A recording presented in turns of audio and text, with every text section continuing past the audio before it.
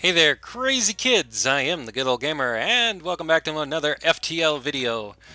Now, in this video, if you haven't guessed by the title already, I'm going to give you the first impressions I have for FTL. I am a new player to FTL. I haven't put in hours and hours of this game. I've only played as much as you've seen in the previous videos. I have one run in this game, and I made it to Sector 3. Go check out my previous videos if you haven't already.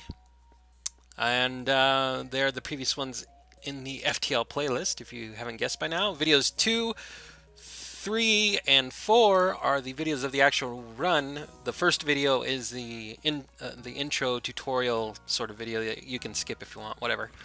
But if you don't want any spoilers or whatever, go check out those videos and then come back to this one. Okay? Okay. I very much enjoy this game. I enjoy it a lot more than I actually thought I ever would. These sorts of games aren't really my kind of games. From my own personal perspective, if I went and looked at this game on my own and like I seen it on a Steam sale or something, I probably would put this as a low priority on the list of what to get. It might not be a complete never gonna get kind of game, but these sorts of games, strategy kind of games, aren't really my kind of games. But FTL, after playing it a little bit, this game did it right. This game provides challenge, strategy, randomness, mystery, intrigue, and sci-fi factors right in a lot of ways that, for me personally, and I'm not saying they get them wrong altogether, but for me personally, a lot of other games just don't get. And so I really love this. A lot of roguelikes that I've seen take place in medieval times, you're a knight, you're a king, you're in this fantasy sort of setting. I love that FTL is a sci-fi setting. I don't know what it is about it. I love the fact that you're in a spaceship. I love that you can go open airlocks to suffocate enemies, to put out fires. I love that they include things like that. That space itself is a factor. You know, if an enemy ship fires on yours and knocks out your air, your crew starts suffocating. And that can become a big issue, you know? Um, it's I don't know, there's something about this game. It did it right. The story, such as it is in this game, is very minimal. It's just a basic plot to get you from point A to point B, to point C to point D to your ultimate destination. It's very minimal, and I don't mind that for this game because this game is not about the story. It's about the journey, not so much like the destination or whatever, as much as you want to call it that. Every event is like random. You're never going to play the same run of it twice. The only things that are going to be the same, or even could potentially be the same, is your ship, is the fact that you start out running it from the rebels, and the fact that you end up at the end, if you make it to the end, at the Federation fleet ready to defend against the rebels. Anything else in there is going to be random. The store placements are going to be random, the item placements are going to be random, the events are going to be random, the locations you go to are going to be random. There's just some combination of that just pulls you in. You can't wait to go to the next place to see what happens next. In my first run of this game, which you guys can see in previous videos in this series, I started off in Sector 1 on the bare basics because I have never played this game before, so I didn't unlock anything. So I started on the basic ship that it gives you, the default Kestrel ship. I started off with missiles and lasers that the game gives you. I had no other choice. And I started off with 3 human crew members. That's it. That's all I had to start off with. And I went to it, and Sector 1 breezed right through it. I wouldn't say it was super easy. I wouldn't say I didn't have moments of, oh my god, I'm wondering if I'm not going to make it through this, because I did. But we made it through relatively okay. We didn't really have any problems.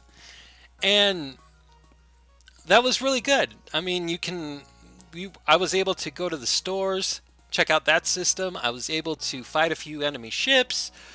Um, it had some really interesting little side quests in it. It was really good, and it kept me wanting to go into more. And of course, every time you go into a new sector, the difficulty ramps up, and then came Sector 2, which is video number 3 in the series. And if you've seen that video, you know what happens. Bad times happened for me in Sector 2. I went from a perfectly fine ship, perfectly fine crew, everything getting along fine, people were doing their jobs, everything going good, to almost, I think it was like the first or second enemy ship in that sector that I came across. Their first action, their very first action against me was to teleport crew aboard, and that slaughtered my crew. Okay. By that time, I think in Sector 1 or early on in Sector 2, I don't really remember when for sure, but we got ourselves an NG alien crew member. So we had 4 people by that time. And I hate to say it, but 3 of those people, including that NG, died in Sector 2 in that first or second enemy ship that we came across. All dead. My ship was almost blown up. It was like a quarter of the health left. It was in bad shape. I had 1 crew member left, Mr. Tuvok. God bless Mr. Tuvok, because he made it. He took that ship and made it through the rest of Sector 2. Almost, I'd say, what, 85-90% of Sector 2. It was Mr. Tuvok and the Kestrel. So, God bless him for making it through. After my crew was attacked and I was down to Mr. Tuvok and the ship, I was like, you know what? I have nothing to lose. I'm going to be dead before the end of this sector. And I came across a few different missions where I had the choice of attacking somebody or just leaving them alone and doing the safe route and doing nothing and just moving on.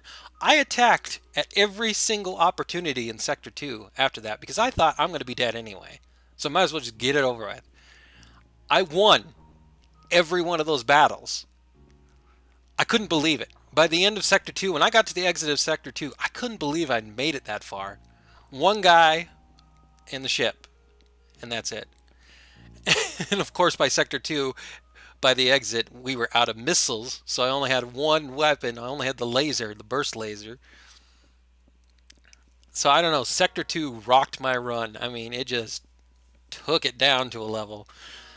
And I love that about the game. I love that that factor can creep in. You never know. You might be going so good. Everything might be going your way. You might be getting this, that, and the other thing just lined up right in your way.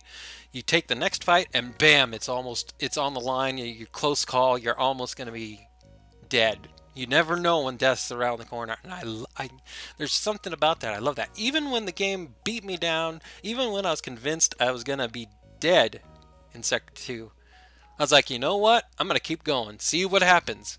Gotta keep going. I have to know what happens. So that game really has that going for it. And then, of course, in Sector 3, seeing as how I'm making a first impressions video, you can guess, if you haven't seen it already, I got killed in Sector 3. We made it pretty good a little while into Sector 3. We were doing all right. We got ourselves a brand new gun that we found. And it was a pretty good gun. It was a pretty decent gun. It was exactly like the laser gun we'd had before, only you could crush empty rooms for enemy ships with it. You do double the damage. So that was really good. But then we even got boarded again. I can't remember if that was the second time in Sector 2 or sometime in Sector 3. We got boarded again, and I used the tactic of opening all the airlocks and sucking out all the air in the rooms, except for the pilot area where my 1 Mr. Tuvok was left. And I suffocated all the enemies except 1. He made it in the pilot area, and then 1 shot or hit or whatever from Mr. Tuvok, and that guy was gone, so that was good. So we made it through another boarding attempt, but then our luck ran out. You can only take it so far, you know. We got ourselves another NG crew member, second NG crew member, and I think it was like the next destination over, the next little beacon over, we fought an enemy crew, and of course they boarded again and killed the NG crew member. And I don't know, I I don't know about this game. It gives you things. It says, okay, you know what? We've been hard on you. Here's some of this good stuff. Take a breather, relax. We'll even send you to a beacon that has nothing going on. You can take time, relax, recover, rebuild. And then we're just going to smack you when you're down. You know? I don't know. I made it into Sector 3. I made it probably about halfway into Sector 3. Because it was a good 20 minutes into that video before I died. Um, I can't wait to start up another run of this game. I'm going to keep going with this series as it is. I've already edited the video titles to include which runs of the game it is, and I'll just keep it all in one playlist. So this is video number 5, this first impressions video, and my next run will continue with video number 6 with a new ship, new crew, and we'll try another attempt. I've learned a lot of lessons from this game. I really have. The airlock suffocating tactic for enemies, that is a vital tactic that I learned that actually it does work. It is dependent on where your enemies teleport into your ship at, but it can work. Fortunately for me, the enemies that boarded when it did work for me was they boarded way across on the other end of the ship from my one crew member. So they had to get through, I don't know how many doors, 4 or 5 doors I think maybe. And I was smart enough to buy blast doors in Sector 1, so they had to really bang to get through them. So it took them a while, and of course as the air was leaking out of the airlocks or whatever, they were suffocating the whole time. So by the time they made it to the pilot area, like I said, the last enemy was almost dead already, and it didn't take much for Mr. Tuvok to take him out. So I learned valuable tactics like that. I learned early on with my missiles that missiles are good for punching through shields. If you have missiles on your ship, use them to punch out the shields of an enemy ship and then save the rest, because missiles are the weapons in this game that have ammunition, finite ammunition. You have only so many missiles, and then after that, that weapon is useless if you have no more missiles. So you have to save it. Punch out the shields, take down the defenses of the ship, and then use your other guns, whatever other guns you might have, to pick at whatever systems you want, whether that be weapons, oxygen, whatever. What else? What other things did I learn?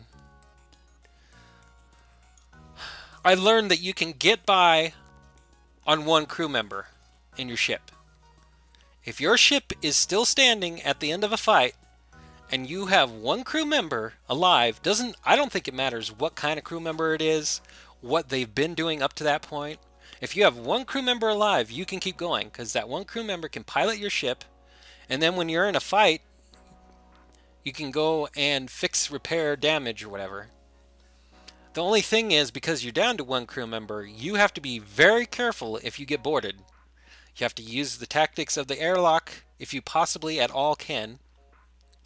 Even if that means you have to take your one crew member and sort of kite around the enemies, go from door to door to door, get to another safe place across the ship, and then open up the airlocks again and then do it that way. But you can get by quite a ways on one crew member. It's not advised, but if you end up in that situation where you're at the end of the battle and you have one crew member left, it's not over yet. It's not over until it's over, until the game pops up with the game over screen. It's not over. So that's a valuable lesson to learn. Like I said, when I ended up with one crew member left, I thought the game was over. I thought the very next beacon I went to, I was going to get into a fight, and that was going to be it. And I went through the majority of Sector 2 and, halfway into Sector 3 on one crew member and the ship. So it's not over. I even gained another NG crew member during that process. It's just that luck didn't go my way and we got boarded again and he died and blah, blah, blah. But it's as long as somebody lives, it's not over. And I don't care where your crew member has been. Your crew member could be all the way back in engines. And if he's the one to live, send him up to the pilot seat. He won't be as good as your dedicated pilot was before at dodging or whatever, but he'll learn as long as he's there. What other things have I learned?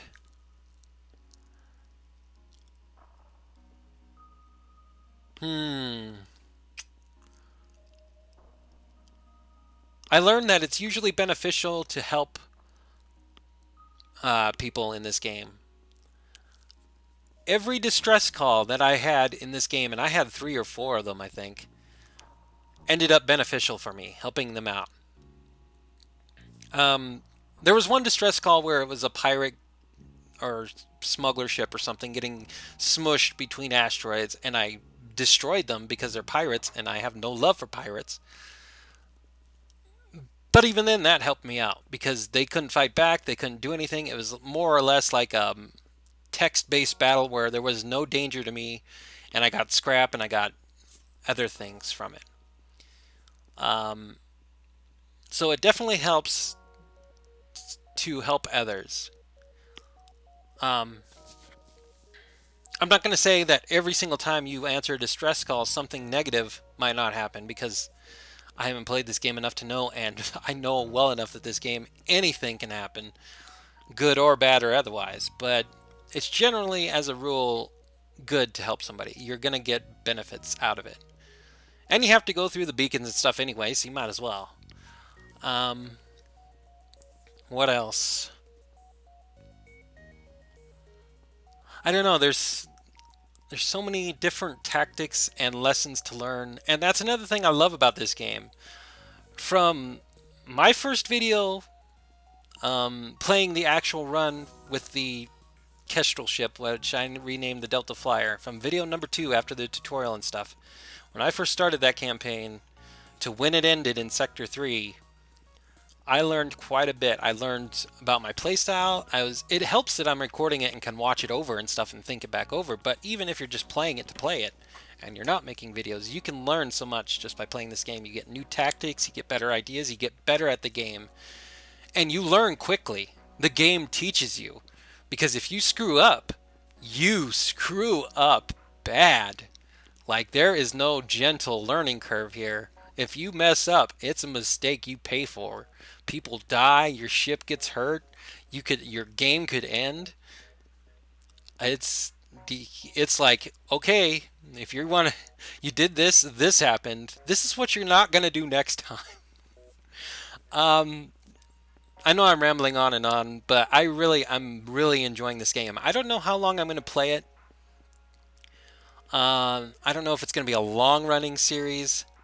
But we'll probably go through a few runs. Hopefully, at some point, I'll finally make it to the final sector, to the final boss fight. I may or may not win that boss fight, but I would hopefully make it as far as that. I've learned to be more careful. I've learned a bunch of tactics along the way, and I'm really looking forward to it. It's a really good game, and I'm so glad Mind Fiend gifted it to me. Because, like I said, this is not a game that would be high on my priority list personally to get. And I'm so glad I decided to play it once I had it. So Mind Fiend, good job, good job on gifting me this. You know me too well. It's kind of scary, really, when I think about it. But anyways, um, before I end this video, I want to look over the stats as well as see if we unlocked anything. But let's check out the stats first. This is the Delta Flyer. We made it to Sector 2. This is our score. We were on normal. And remember, we were on normal. I didn't take the easy route. We were on normal here. Um, we defeated 10 ships. We explored 32 beacons. We collected 266 scrap. We had 5 crew total. Not all together at once, but over the course of the run. Mr. Tuvok got everything except piloting because Mr. Tuvok was the only one left for most of the game, other than Sector 1. Of course, our totals are roughly the same as up there. Games played 1, total victory 0 because we don't have any victories yet. Achievements. Apparently, we didn't play well enough or long enough to get any achievements. We need to get to at least Sector 5.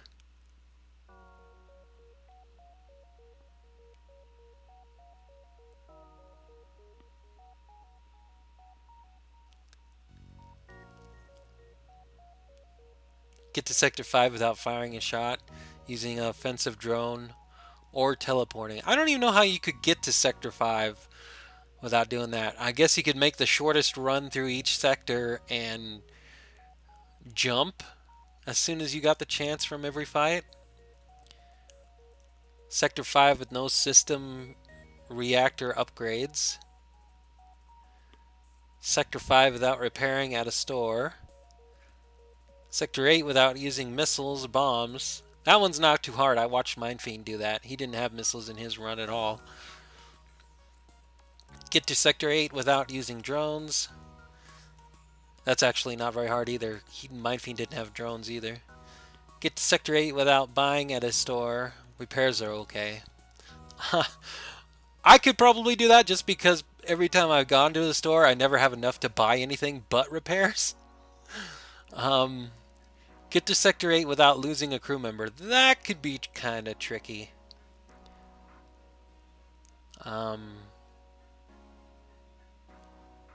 Have every square of an enemy ship on fire simultaneously. I don't know if you could do that. I guess you could.